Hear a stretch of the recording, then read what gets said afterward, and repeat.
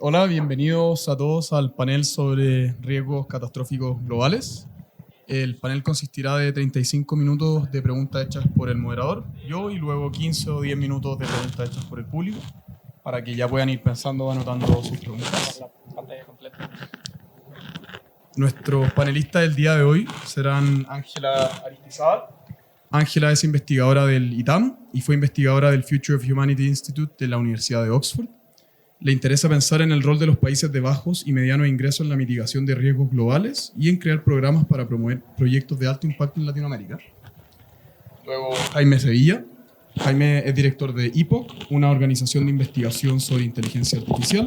Es cofundador de la iniciativa de riesgos catastróficos globales en español y también es investigador asociado en CSER, que es el Center for the Study of Existential Risk.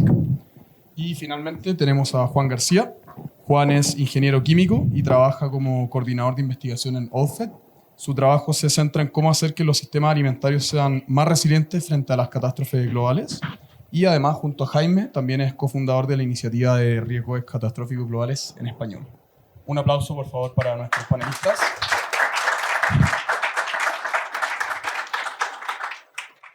Bueno, antes que nada me gustaría dar unas definiciones en forma de contextualizar. En primera instancia me gustaría definir cómo vamos a hablar de una catástrofe global el día de hoy. De forma muy general, una catástrofe global se refiere a un evento que causa un daño grave al bienestar humano a escala global. Como esto puede sonar un poco vago, vamos a tratar de decirlo en términos un poco más cuantitativos. Generalmente Bostrom y Circovich lo definen como un evento en el cual se causa un daño de al menos 10 millones de muertes de personas o al menos 10 billones de dólares de daño económico. Por otra parte, entonces, el riesgo catastrófico global vendría siendo el riesgo de que ocurra una catástrofe global. Por otra parte, tenemos las catástrofes existenciales, que serían definidas como la destrucción a largo plazo del potencial de largo plazo de la humanidad. Y por consecuencia, entonces, tendríamos que un riesgo existencial es el riesgo de que ocurra una catástrofe existencial. Ahora, con estas definiciones en mente, podemos pasar a las preguntas. Bueno, primera pregunta. ¿Por qué creen ustedes que deberían importarnos los riesgos catastróficos globales y especialmente por qué a la gente en países de bajos y medianos ingresos o de habla hispana?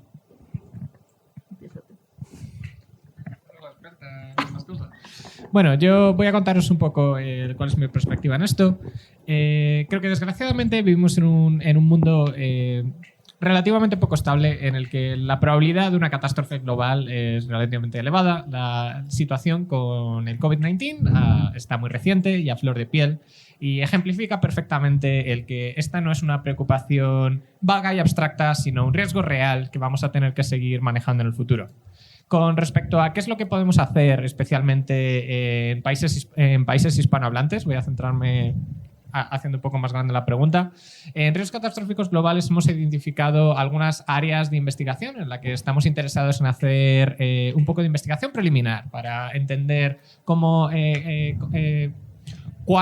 si existe una oportunidad para trabajar de manera coste eficiente en estas áreas.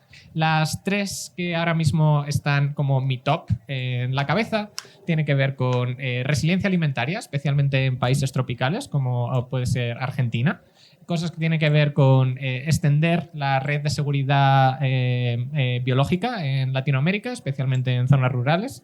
Y finalmente también tengo, ya no es tanto Latinoamérica, pero también tengo puesta mi vista en España y el rol que tiene en el marco de la regulación europea de la inteligencia artificial como una especie de conejillo de Indias donde se están testeando políticas. Esto a nivel objeto. Luego también creo que hay mucho que se puede hacer a un nivel un poco más abstracto. Me gustaría muchísimo que en distintas nacionalidades hispanohablantes se adoptaran mecanismos de foresight, de predicción de nuevos riesgos, de anticipación de nuevos riesgos y que se puedan utilizar como una herramienta para priorizar aquellos riesgos que son más acuciantes, van a ser más acuciantes en las próximas décadas. Gracias. Súper. Bueno, yo creo que principalmente es porque estos son problemas que son muy complejos y requieren de mentes en todo el mundo pensando constantemente para saber cómo los podemos resolver. Creo que la estabilidad global es un bien común que necesita de cooperación de todo el mundo y que no es suficiente con que 4 o 5 países digan que esto es importante. Esto requiere de constante trabajo de todos los países del mundo. Y quiero centrarme principalmente en por qué los países de bajos y medianos ingresos tienen que pensar en estas cosas, a pesar de que no sea nuestra primera elección cuando pensamos en cómo hacer el mayor bien posible. Creo que a nosotros se nos ocurren más fácilmente otras cosas como el sufrimiento que vemos todos los días cuando prendemos el noticiero, como la pobreza o la falta de educación o la violencia, etc. Y creo que puede estar pasando varias cosas. Creo que una de las cosas que pasan es que no nos damos cuenta de que sí podemos contribuir a mitigar las catástrofes globales. Ahora Jaime les dio excelentes ejemplos de cómo sí se podría tener bastantes progresos desde estos países de bajos y medianos ingresos, y creo que tenemos el deber de hacer esta investigación de contextualización, de saber cuáles son esas áreas en las que podemos mitigar estos riesgos desde cada una de las regiones. Además de eso, aprovecho para invitarlos mañana a la charla con Toby Ord, que va también a hablar de el rol de los países de bajos y medianos ingresos en estos temas de riesgos existenciales, y ahí van a ver que hay miles de cosas que se pueden hacer desde estos países. Y además de eso, creo que otra cosa que puede estar pasando es que usualmente pensamos que hay que hacer un tipo de canje entre mitigar riesgos catastróficos globales o estas cosas que suenan como abstractas y que pasan en otras partes, o otros temas que percibimos como muy urgentes, como los que les mencionaba de pobreza, educación, etc. Y creo que mi percepción frente a esto ha ido cambiando bastante, porque creo que ese canje no es tan real, como creo que no podemos simplemente escoger la una o la otra. Yo de hecho trabajaba en temas de desarrollo, particularmente en temas de educación, tanto en Ghana como en Colombia. He trabajado en esos temas y es uno de los temas que más me apasiona. Creo que es un trabajo muy importante que se tiene que seguir haciendo. Y al trabajar en estos temas, me pareció fascinante cómo los países y cómo la humanidad en general, como humanidad nos hemos vuelto muy buenos sabiendo cómo poco a poco ir resolviendo estos problemas de salud global, de educación, de desarrollo. Pero con la pandemia creo que eso me hizo ver un poco que acá no podemos escoger entre uno y otro. Creo que en la pandemia fue cuando me di cuenta de que todas esas causas por las que yo estaba trabajando, que me importaban muchísimo, como la educación en Colombia o la educación en Ghana o la violencia de género en Colombia, todos estos temas igual se vieron afectados por la pandemia de maneras bastante impresionantes. Creo que todos ustedes lo vieron. Entonces, todos los estudiantes tuvieron que quedarse en las casas durante un año completo en estos países. Los casos de violencia de género aumentaron, la pobreza aumentó, la salud global también se vio afectada. Entonces ahí fue cuando me di cuenta de que yo ya había oído estos argumentos de por qué nos tienen que importar estos riesgos de baja probabilidad, como son los riesgos catastróficos, que no son de tan baja probabilidad, de hecho. Pero como que no me parecía tan intuitivo, o yo pensaba que no era como conmigo, como que no me tenía que importar. Pero con la pandemia ahí sí fue que vi que así solo me importe la educación en Colombia, así solo me importe la violencia de género en Latinoamérica, así solo me importe la violencia en Ghana o acá, me tiene que importar que estas cosas no vuelvan a pasar, y que estas cosas, pues, el COVID o cosas aún peores, que igual tienen repercusiones en todos estos otros campos que nos importan mucho. Sí, entonces sería como mi respuesta. Sí, bueno, poco que añadir, simplemente mi opinión personal es que los riesgos catastróficos globales y la prevención y mitigación de los mismos es una prioridad descuidada de nuestro tiempo, principalmente por el cortoplacismo de las instituciones, y que al fin y al cabo estamos hablando de riesgos globales en los que todos somos stakeholders, ¿no? Todos somos personas interesadas y todos somos vulnerables a ellos. Entonces, sea de donde sea la persona, hay interés por parte de todos y cada uno de nosotros en prevenirlos y mitigarlos. Y como todos sabemos, hay cosas que en algunas regiones, quizá con más recursos o con más capacidades, se pueden hacer mejor, pero en todas las regiones hay ventajas diferenciales que permiten, como bien decía Jaime, quizá en Latinoamérica tiene un importante potencial de mitigación de riesgos alimentarios globales. Así que hay en todo el planeta y en diferentes regiones maneras de mitigarlos, cada una, ya sabéis. Muchas gracias. Ahora pasamos a la segunda pregunta, que es un poco más entretenida. La pregunta dice así: ¿cuál es su estimación de la probabilidad de una catástrofe global en los próximos 100 años? A forma de contexto, Toby Ord en su libro plantea aproximadamente 17% de una catástrofe existencial, pero reitero, yo les pregunto por una catástrofe global. Bueno, brevemente, creo que algo que merece la pena entrar distinguir antes de contestar esta pregunta es de dónde esperamos que esos riesgos catastróficos globales vengan. Principalmente espero que estos sean riesgos que o bien provocados por la humanidad o bien acelerados por la humanidad. En lo que es a partir del récord histórico, podemos tener una idea más o menos clara de con cuánta frecuencia ocurren desastres naturales, cosas como podrían ser impactos de asteroides, como el que causó la famosa extinción de los dinosaurios. Dado esto, ¿cuáles creo que son los riesgos antropogénicos más importantes que deberíamos estar mirando y cuál es la probabilidad que les asigno? De los que pueden causar más de 10 billones de muertes, creo que lo más importante ahora mismo para mí son las pandemias. Creo que esto se ha puesto en evidencia estos últimos años.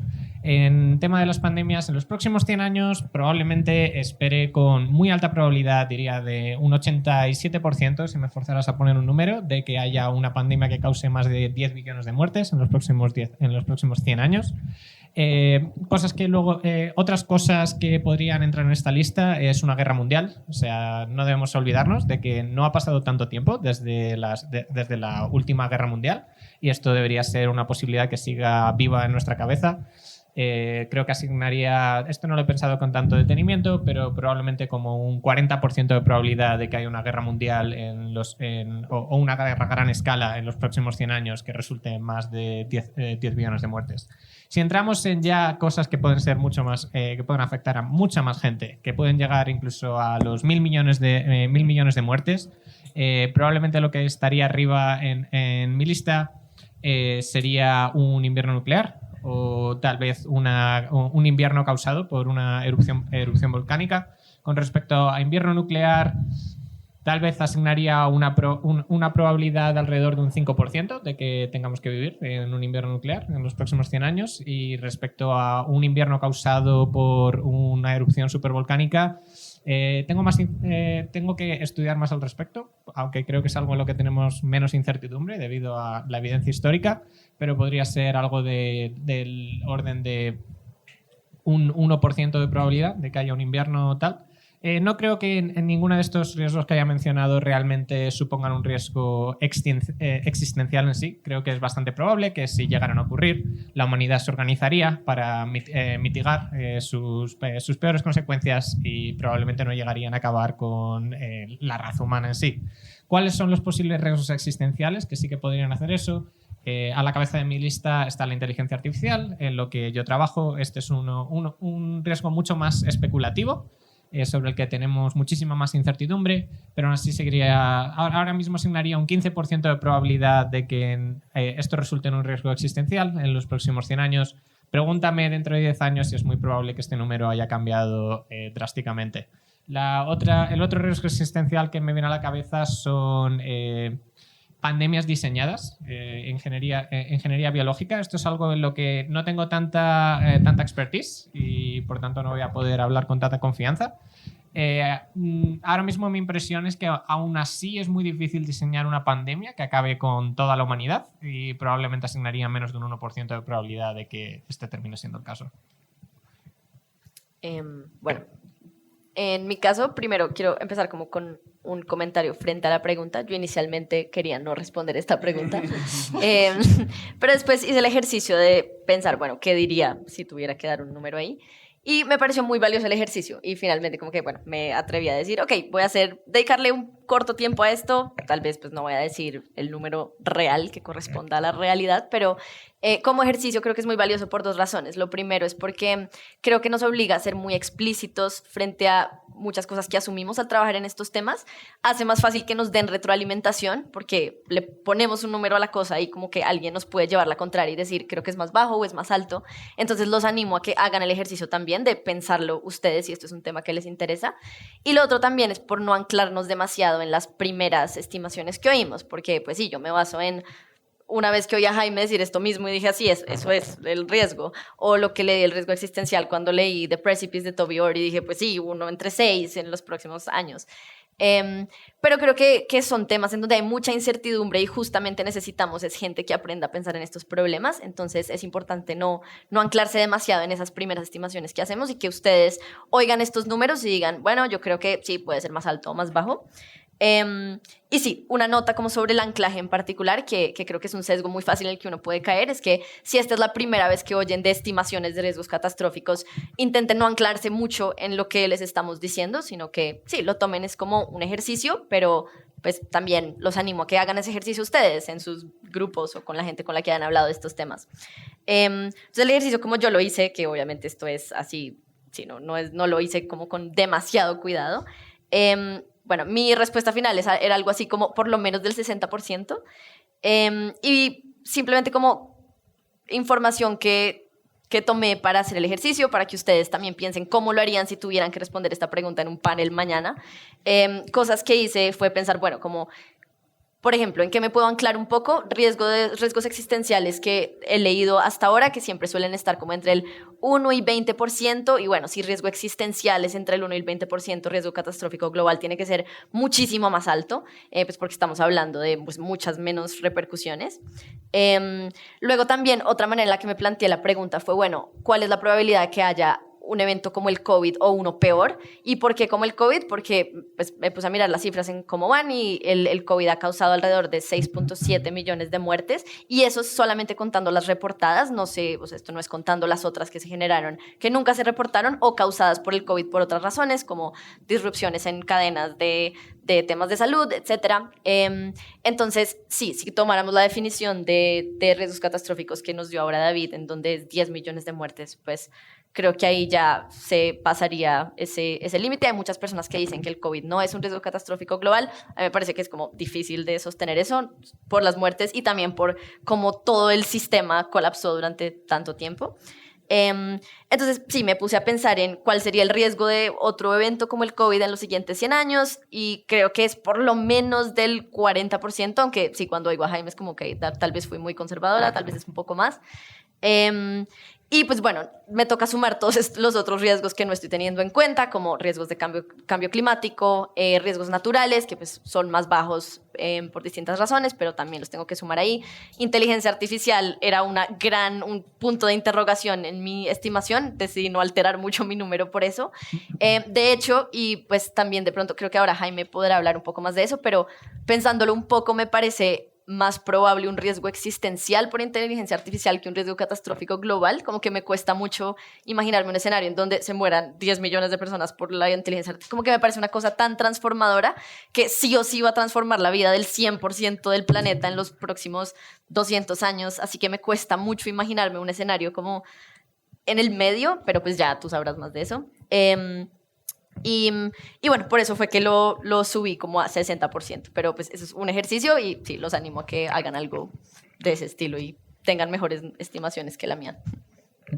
Sí, un pequeño comentario sin llegar a responder la pregunta, no voy a dar estimaciones concretas, solo quería añadir que aparte de todos estos riesgos que han catalogado Jaime y Ángela, básicamente también existe otra cosa de la que no hemos hablado, que son lo que se llama técnicamente los unknown unknowns, o las cosas que no sabemos. Es decir, a futuro puede haber otros riesgos que pueden llegar a ser catastróficos globales o existenciales, que no entran dentro de este catálogo que tenemos ahora mismo, que quizá no estén en nuestro radar o que son de tecnologías que ni siquiera imaginamos todavía. Y por eso creo que es muy importante también incorporar, como lo que dijo Jaime, esa capacidad de pronóstico de futuros en las instituciones, en los gobiernos, para ir teniendo en cuenta estas cosas y no tener que ir por detrás y ver qué es lo que está pasando. Gracias. Esta pregunta va más dirigida para Jaime y Ángela, de hecho, hizo alusión recién a ella. Jaime, ¿existe un escenario en el cual la inteligencia artificial pueda presentarse como un riesgo catastrófico sin necesariamente ser un riesgo existencial? Es una buena pregunta. Te voy a decir mis especulaciones ahora mismo en este punto. Tuvimos un panel antes sobre inteligencia artificial. Me gusta mucho la categorización que hacía Hayden de los distintos riesgos que pueden venir de la inteligencia artificial. Creo que hay uno que tiene que ver con seguridad, que básicamente tiene que ver con inteligencia artificial que lleve a un accidente, y este accidente puede ser a una escala arbitrariamente grande en este punto. La inteligencia artificial cada vez se va a desplegar en contextos más importantes y de mayor escala, y esto le da un mayor scope para causar un accidente que afecte a posiblemente miles de millones de personas. Pero por otra parte, también podemos acabar en una situación en la que en la que estos sistemas de inteligencia artificial terminen, incluso sin ser explícitamente desplegados en este contexto, que terminen amasando una cantidad increíble, que terminen amasando poder, que tengan un instinto para intentar integrarse en la sociedad, y que esto lo lleve a tener sus manos en muchas partes del mundo. Otro tipo de riesgo tiene que ver con riesgo de misuse, con riesgo de que la gente que cree esta inteligencia artificial termine utilizándola para causar daño a escala masiva, para fijar imponer sus valores al resto del mundo, lo cual yo consideraría una catástrofe global, incluso si no acabara con la vida de todas las personas. Como por ejemplo podría ser una clase de ciberataque contra muchas personas que termine transfiriendo una gran parte de la riqueza del mundo a unas pocas manos. Y finalmente también hay como riesgos más estructurales. Por ejemplo, Hayden daba el ejemplo del flash crash en la década pasada, en la que creemos que por algoritmos de intercambio automático en los mercados, esto llevó a una crisis económica, y esto es algo que podría pasar en el futuro, que el despliegue de estos sistemas lleve a un efecto que no entendamos bien, y que esto lleve a, por ejemplo, que haya que parte del mercado se hunda, que esto lleve a una misallocation de recursos y que haya una hambruna en alguna parte del mundo. Esos son los escenarios en los que yo vería cómo la inteligencia artificial podría llevar a una catástrofe global sin necesariamente ser existencial. Perfecto, muchas gracias. Si uno, por ejemplo, no se suscribe o a lo mejor no está tan convencido por las ideas del largoplacismo, principalmente a que podemos tomar acciones hoy que puedan cambiar el futuro lejano, ¿tiene sentido igual enfocarse en los riesgos catastróficos globales? O sea, a la vista que los números que hemos dicho, la probabilidad de que haya una catástrofe global en los próximos 100 años y también en las próximas décadas es algo elevado, es algo que deberías contemplar. No creo que necesariamente tengas que estar pensando en elucubraciones acerca de cómo va a ser el mundo dentro de 1000 años para trabajar en este campo. Sí, agregaría que absolutamente, como que creo que en la mitigación de riesgos catastróficos globales no hay nada como intrínsecamente que necesariamente requiera de estar de acuerdo con largoplacismo. De hecho, creería que puede haber escenarios en donde entran un poco en contradicción, como que si uno quiere priorizar el potencial a largo plazo de la humanidad, pensar en mitigar un riesgo del cual nos podamos recuperar a corto plazo no sería como lo más prioritario. Aunque yo estoy un poco en desacuerdo con eso, porque creo que igual la resiliencia a largo plazo de la humanidad depende de aprendizaje institucional a corto plazo, y que tenemos que volvernos buenos resolviendo catástrofes a menor escala e ir acumulando conocimiento para eso. Pero sí, en principio no. Lo que sí creo es que pueden ir a veces de la mano, y en mi caso sí creo que lo que hizo el largoplacismo fue como más darme un zoom hacia afuera y ver puntos ciegos que no estaba considerando antes, como que me hizo más consciente de que las políticas públicas sí están dejando un poco a un lado estos riesgos que percibimos como de baja probabilidad, que no están ahí inmediatamente en las noticias y que por eso no los estamos viendo. Entonces diría que sí, como que me ayudó a ver eso, pero sí, yo, por ejemplo, pues todavía tengo muchas dudas frente al largoplacismo, pero pues sí, creo que no hay nada, o sea, en principio creo que son cosas distintas. Yo pienso lo mismo. Es importante, aunque uno no sea largoplacista, trabajar para la prevención y mitigación de estos riesgos, porque realmente creo que uno le importe más o menos el largo plazo de la humanidad como especie, lo único que cambia es la importancia relativa que uno le da a que ocurran estas cosas. Es decir, lo único que cambia es el nivel al que cada uno prioriza estos problemas. Entonces, si uno piensa que existe la posibilidad de que la humanidad se extinga a lo largo de su vida, o de sus hijos, o depende de lo largo que uno quiera estirar esto, ¿no? Hasta 1000 años o lo que sea. Lo único que cambia es cómo de importante es, porque lo que cambia es el número de vidas que está cambiando a futuro. Entonces, es importante para todos, incluso para los que no les importan ni siquiera las vidas de sus hijos, si piensan que le puede ocurrir a ellos mismos. O sea, es un sí rotundo y lo único que cambia es la allocation de los recursos que uno le quiera dedicar a ello.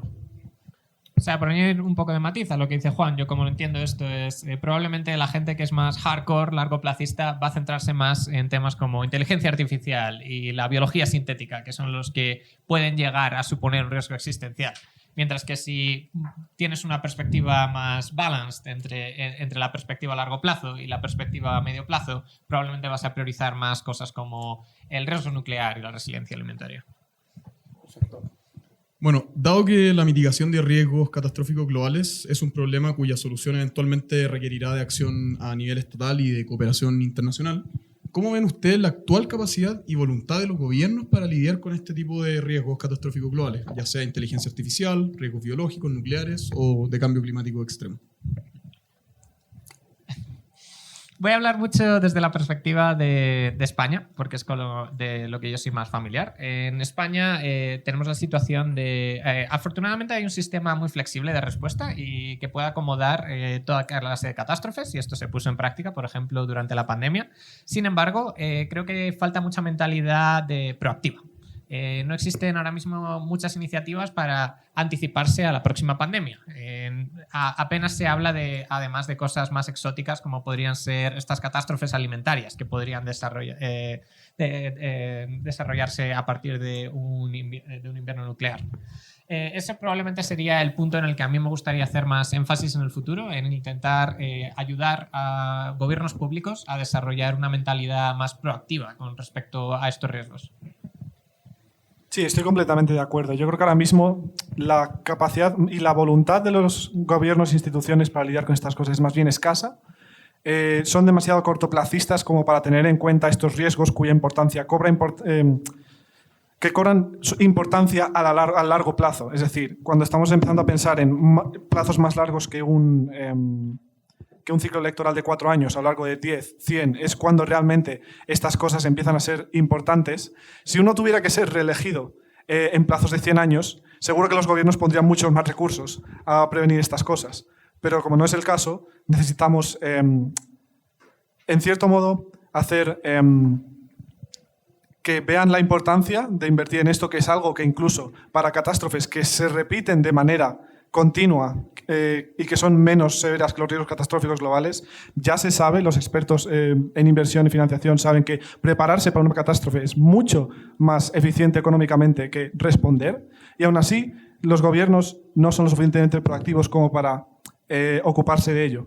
O sea que hay mucho por delante, hay mucho trabajo que hacer. Sí, tal vez añadiría un poco de matiz en que creo que hay algunos riesgos en los que están siendo correctamente proactivos, ¿no? Por ejemplo, una cosa que me sorprendió mucho es ver que en España se está elaborando un plan de respuesta frente a maremotos, que es algo que en España no ha sido tradicionalmente un gran riesgo.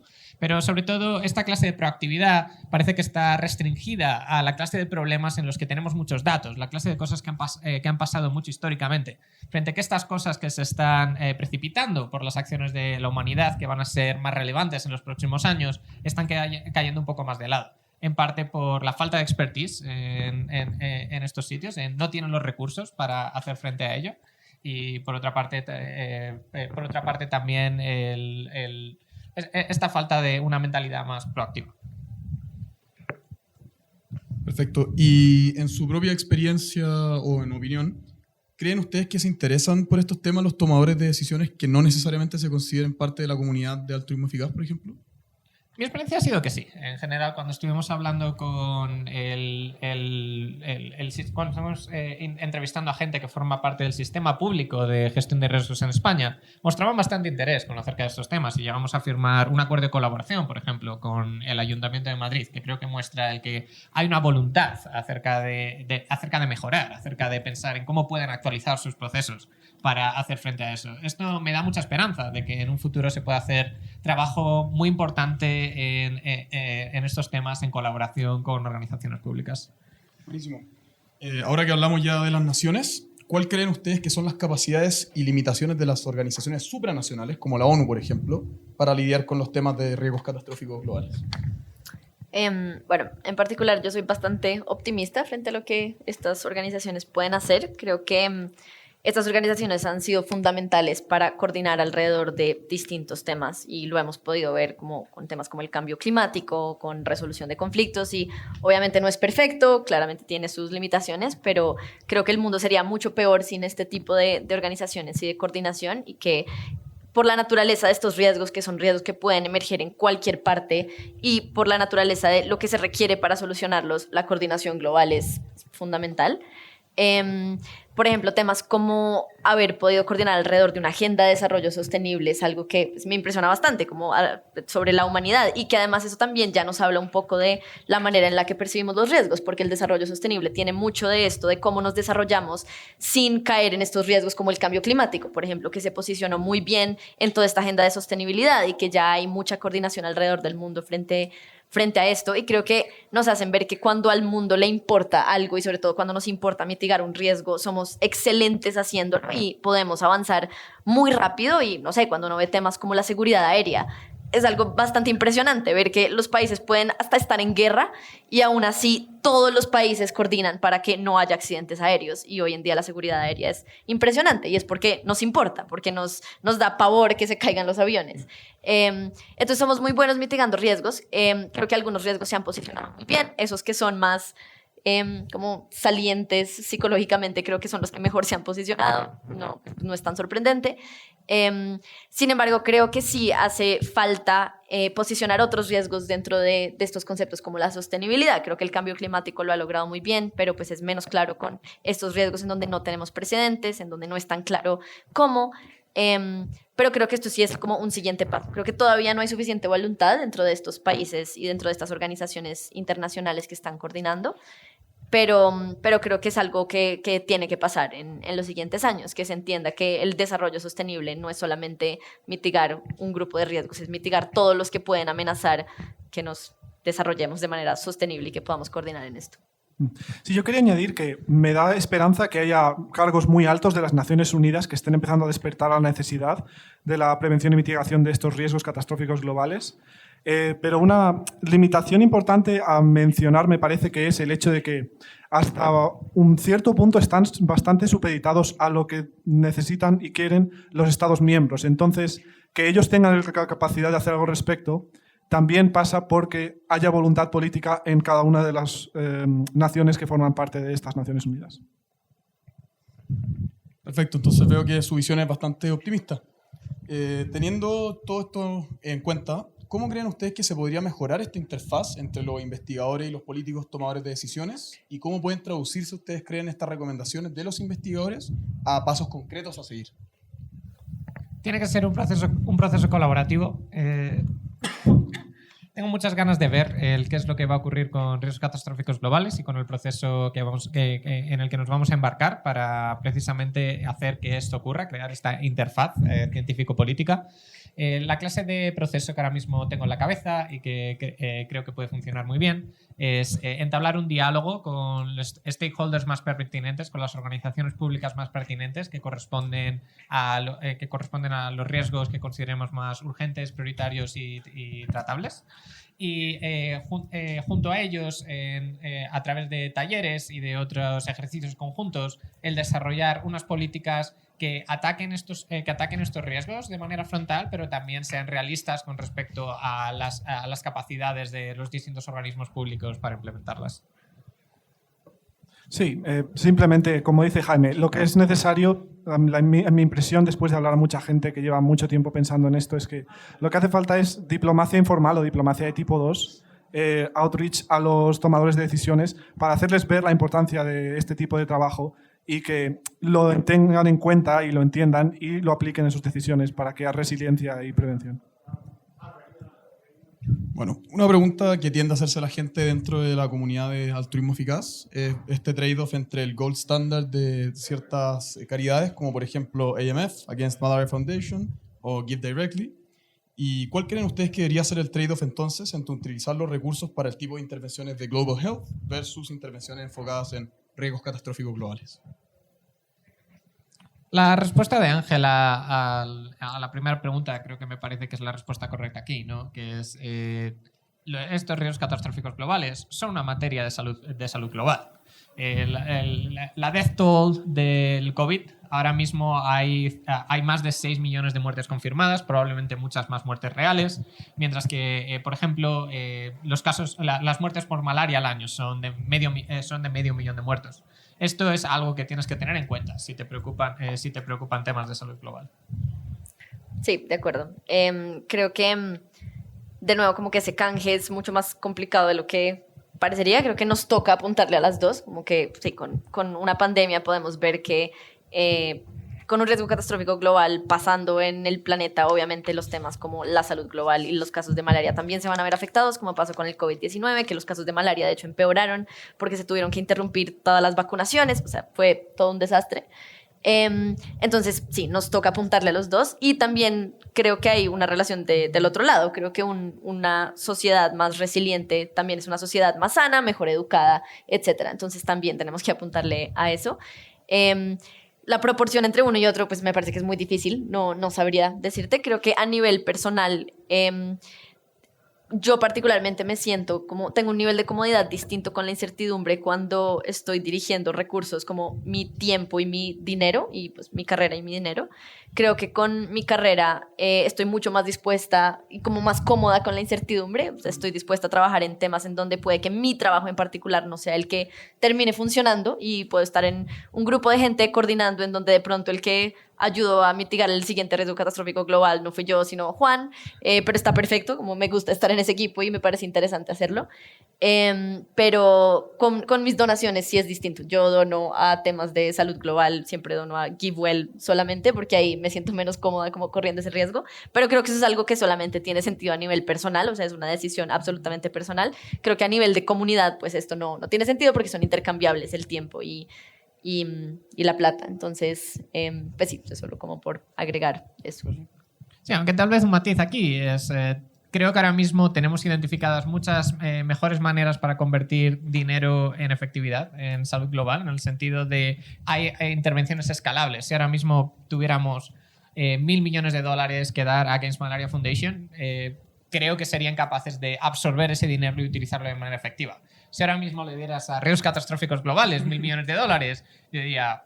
Gracias, primero, pero segundo diría, probablemente no vamos a poder escalar nuestro equipo a suficiente velocidad como para consumir todo este dinero de manera efectiva en un periodo de los próximos 10 años. Perfecto. Nos van quedando un par de preguntas solamente para que ya empiecen a pensar en preguntas del público y pasamos a la siguiente pregunta, está un poco más dirigida a Juan. Bueno, Daniel, Cottenbard y Sandberg han planteado un modelo de 3 líneas de defensa que vemos acá, para la gestión de riesgos catastróficos. ¿Podrías ahondar un poco en el modelo y explicar las 3 líneas, decirnos en cuál se están enfocando ustedes actualmente en sus organizaciones? Sí, este es un modelo que ha sido muy influyente en mi pensamiento acerca de los riesgos catastróficos globales y existenciales. Básicamente, esto es lo que estoy mostrando aquí en la pantalla y cada una de las líneas representa un evento que puede desembocar en una catástrofe, dependiendo del tipo de trabajo de prevención, respuesta y resiliencia que haya habido previo. Cada una de estas 3 representa una línea de defensa y cada una de las catástrofes puede ser parada en cada una de las líneas de defensa. Es decir, por ejemplo, por dar un ejemplo, existe la prevención contra la guerra nuclear, que hay mucha gente trabajando en ello, pero por otro lado también podemos tener planes de respuesta y resiliencia después de que se haya dado una guerra así para que no desemboque en una catástrofe global tan severa como se podría hacer de otra manera si no hubiera respuesta. Hay otros riesgos que no se dan tanto a las otras líneas de defensa como respuesta y resiliencia. Por ejemplo, me da la impresión de, por lo que sé, de por ejemplo, una singularidad de inteligencia artificial que tome control del planeta, lo puedes prevenir, pero es difícil responder a ello. Sobre todo si es más inteligente que todos los humanos combinados o alguna cosa así, ¿no? Una cosa más especulativa, pero un ejemplo. Entonces, un ejemplo de algo que puede ser una intervención en la línea de resiliencia puede ser tener, por ejemplo, una red de refugios que mantengan una población activa, que puedan regenerar la civilización en caso de un colapso civilizacional o extinción de la vida fuera de los refugios, por caso, por ejemplo, de una pandemia diseñada para exterminar a la humanidad o cosas así. Entonces, nosotros nos centramos en la promoción de este tipo de ideas y de pensamientos más que en cualquiera de las líneas de defensa en particular, porque todas son importantes y algunas de ellas son más importantes dependiendo del riesgo, pero hay que tenerlas todas en cuenta, sobre todo si también queremos estar preparados contra riesgos que todavía no conocemos. Necesitamos este tipo de frameworks de pensamiento. Perfecto. Y en forma de cerrar el panel, entonces, me gustaría que hicieran un call to action. Me gustaría saber a nivel individual qué podemos hacer las personas de la audiencia para ayudar a mitigar los riesgos catastróficos globales. Si tienes un background en política pública o en investigación de algunas líneas relacionadas con los riesgos catastróficos globales más importantes, considera trabajar para riesgos catastróficos globales. También estamos buscando perfiles más administrativos y perfiles de logística. Y más en abstracto, si les interesa el tema de riesgos catastróficos globales, pues sí, los animamos a que lean más del tema, que les pregunten a personas que estén trabajando en temas similares. Si les interesa una causa en particular como bioseguridad o inteligencia artificial, aprovechar estos eventos para ver quiénes están trabajando en eso. También los animamos mucho a animarse a escribir cosas. Por ejemplo, está el Foro de Altruismo Eficaz, que también hay muchos otros espacios donde pueden empezar a recibir retroalimentación de expertos en esto. Pero sí, como exponerse y aventarse a opinar de estos temas, que son temas como que suenan muy técnicos y muy complejos y que a veces no es fácil saber por dónde abordarlos, pero pues creo que nos toca un poco como humanidad. Y que creo que si uno empieza a empaparse un poco de estos temas, se vuelve más sencillo con el tiempo y pues, bueno, también hay equipos de personas que pueden apoyarlos a esto. Perfecto. Sí, poco que añadir. Si alguno de vosotros tiene experiencia con lo que viene a ser establecer planes de preparación de cualquier tipo con los gobiernos o instituciones, que también se pongan en contacto con nosotros. Perfecto. Con esto damos cierre a la parte estructurada del panel. Ahora abrimos para las preguntas del público.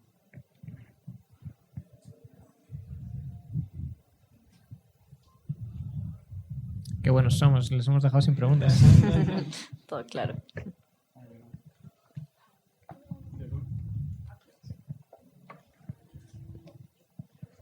Y bueno, al inicio mencionaba Jaime que bueno, Latinoamérica tiene un papel para prevenir la escasez de alimento. Entonces supongo que debe de haber una regionalización sobre en ciertas zonas son necesarias para prevenir cierto riesgo, ¿no? Y me imagino que en eso va a girar su agenda para poder incluirlas en las agendas locales, en las agendas políticas locales, ¿no?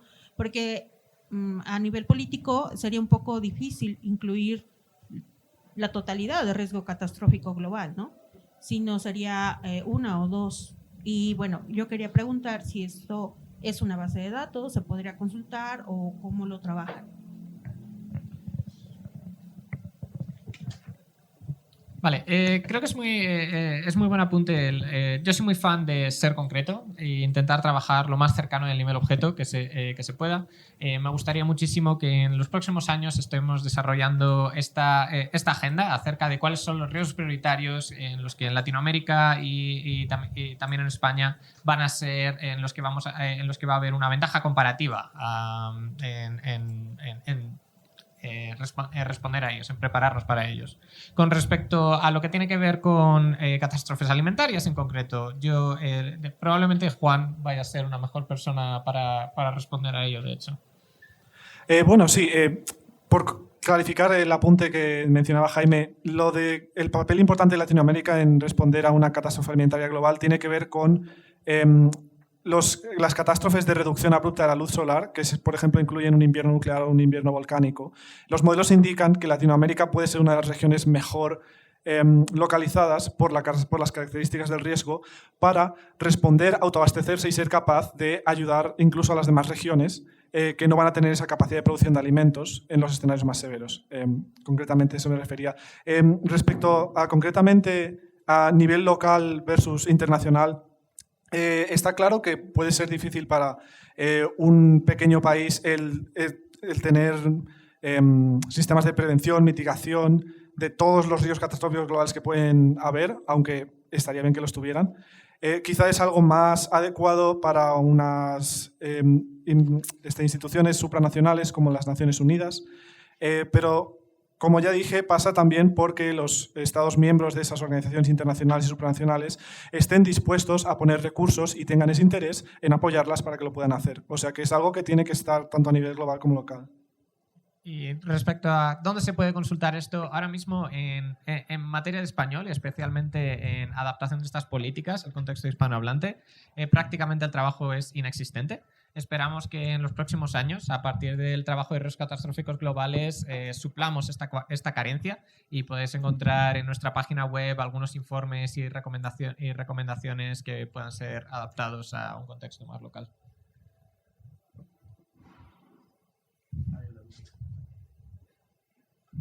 Si alguien quiere recomendaciones para adaptar a su contexto local sobre cómo sobrevivir a un invierno nuclear, me puede preguntar también. Tengo una lista.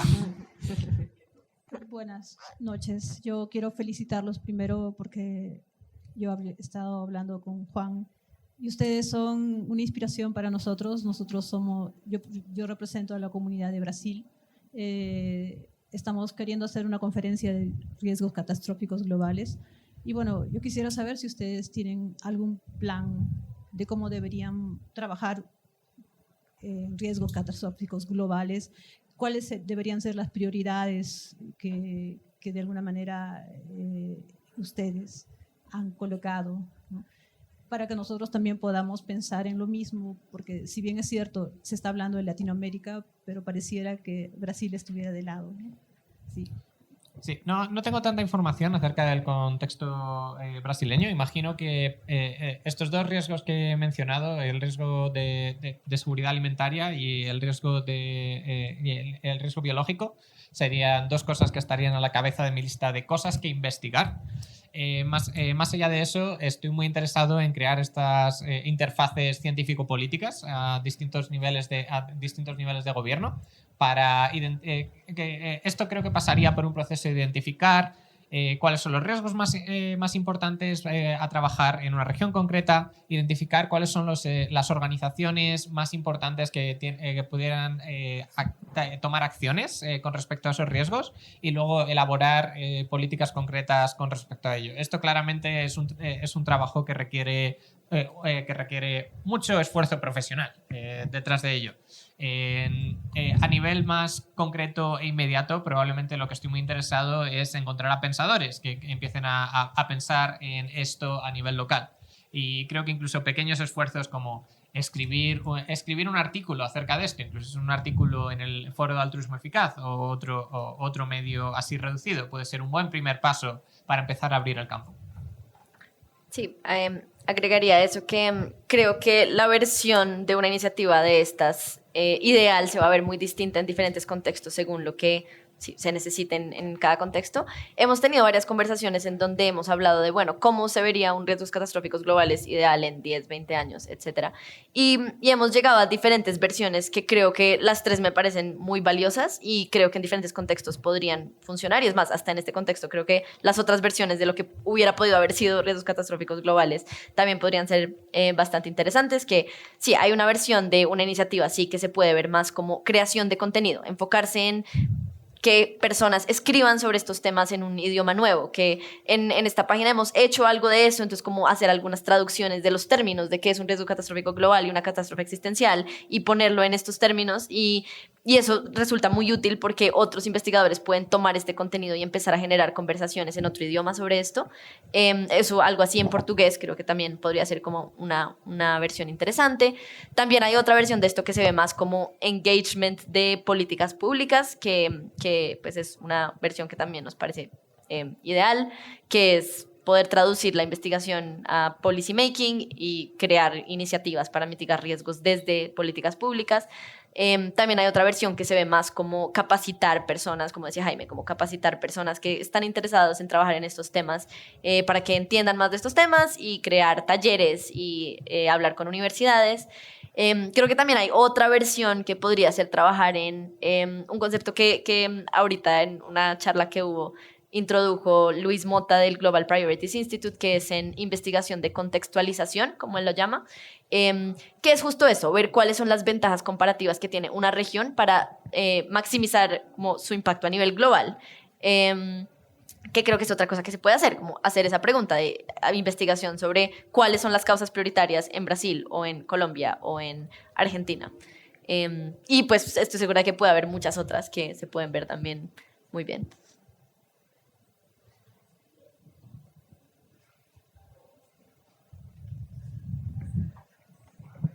Gracias. Yo tengo una pregunta sobre la alineación con organizaciones que no se dedican a riesgos existenciales sino a otras cosas. Ángela hablaba al principio de salud pública, por ejemplo, pero algunas otras organizaciones se dedican a educación o rule of law o lo que sea.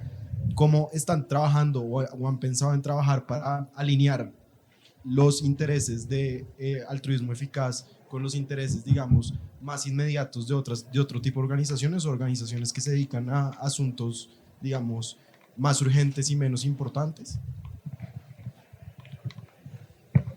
O sea, yo lo veo como la clase queremos ser muy... yo pongo mucho énfasis en priorizar cuáles son las organizaciones con las que queremos trabajar. Hay organizaciones con las que tiene mucho sentido trabajar, tenemos metas en común, tienen herramientas con las que nosotros no contamos para poner en práctica policies que nosotros no podríamos. Dentro de eso creo que lo importante es trabajar con la gente con la gente adecuada. Y luego quiero poner énfasis en esto no es alinearlos con altruismo eficaz, esto es alinearlos con unos objetivos muy concretos que van a estar adaptados al contexto de las distintas regiones.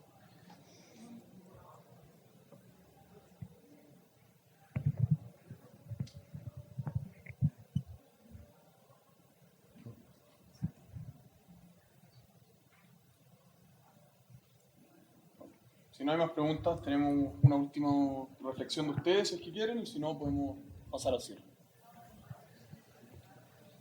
La última reflexión es, desgraciadamente vivimos en un mundo en el que la posibilidad de que haya una nueva catástrofe global de una magnitud igual o mayor a la pandemia de la que hemos vivido es muy alta, pero también tenemos una oportunidad de cambiar, de hacer que esto no sea el caso.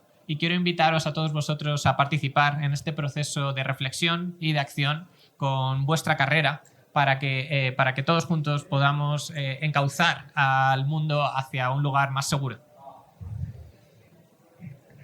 Sí, por último decir que pues, estamos muy disponibles para lo que necesiten, para hablar sobre estos temas, para ver cómo se pueden involucrar, que acá estamos hablando de riesgos catastróficos globales, que al tiempo es una iniciativa en la que hemos trabajado por un tiempo, pero también es un tema muy amplio que tiene infinitas opciones de intervención y pues hemos tocado un poco de los dos.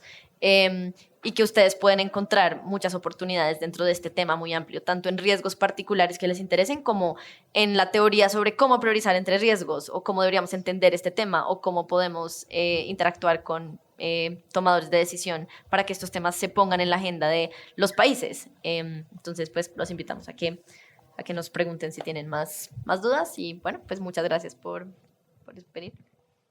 Un aplauso, por favor.